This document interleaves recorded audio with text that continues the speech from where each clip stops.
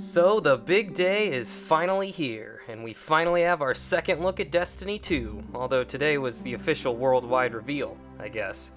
I mean, I would say that the first video we got of Cade talking to the sweeper bot was a reveal, but I'm not the guy in charge of Destiny's marketing, so I'm not exactly sure how that all works.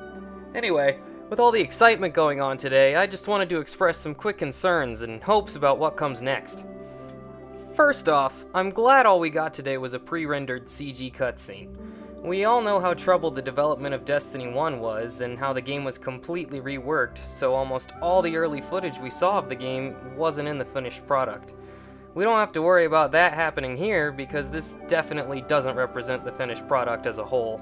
Now, Bungie has a proud history harkening back to Halo 2 of showing off gameplay that's not in the finished game, but I think after the moderate outcry that happened after Destiny 1's release, it's in their best interest to try and make sure that doesn't happen again. But they're showing off the gameplay on May 18th, so we'll have to wait and see about that. That being said, I am still worried about the development of this game as a whole. We know there's 2 or 3 other studios working on this game under Bungie, and while the optimist in me wants to believe that means this game is going to be absolutely massive with tons of content, the realist in me recognizes it's more likely it means Bungie has bitten off more than they can chew.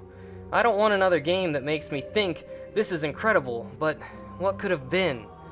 I want to be absolutely blown away. Troubling still is the expansion pass with the 2 add-ons announced today. Sure, Destiny 1 did this, but it was a bad practice then and it's a bad practice now. We only know that they will be Osiris and Rasputin themed, but how soon after the base game launches will they be released? Can we expect them to be similar in size to Rise of Iron or the Taken King in terms of content?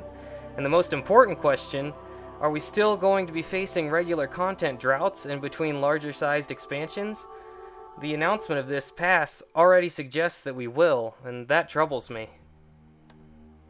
Now, I'm pretty notorious for being hard on Destiny, so I won't keep going on about things I'm worried about, because there were a few things from the reveal today that got me pretty hyped. First off, while the plot that's been revealed is pretty generic, it's generic because it works. Having to abandon Earth opens up a million doors narrative and gameplay-wise. We aren't going to be patrolling planets we're familiar with this time around. We're going to be seeing new sites, getting new powers, hopefully meeting new, interesting characters, until the end game, which is made all the more epic because it's a return to where we began, but with all the powers we've gained since. Sign me up for that. Second, that trailer showed that Cade and Ikora were separated from Zavala. I know it's a giant reach, but to me this hints that there might be some new type of multiple story paths, or actual meaningful factions in this game. Imagine if each new character you created could play a campaign that was different from the first. That would be incredible. At the very least, hopefully we can hear new dialogue on the same story missions based on who we chose to follow or something. And lastly, we saw a new type of lizardy dog cabal thing, which is great. More enemy types and variety is always a good thing. I, for one, am so sick of the Hive. I'd be happy if we didn't see them in the entire game, honestly. In the end, we didn't get much to go off of today, and May 18th's gameplay reveal is going to bring a heck of a lot more to speculate and get excited about, but I just wanted to share a few quick thoughts amidst the chaos of hype today. Thanks for watching! What did you like most about the trailer? Has anything got you worried for Destiny 2? Let me know in the comments down below.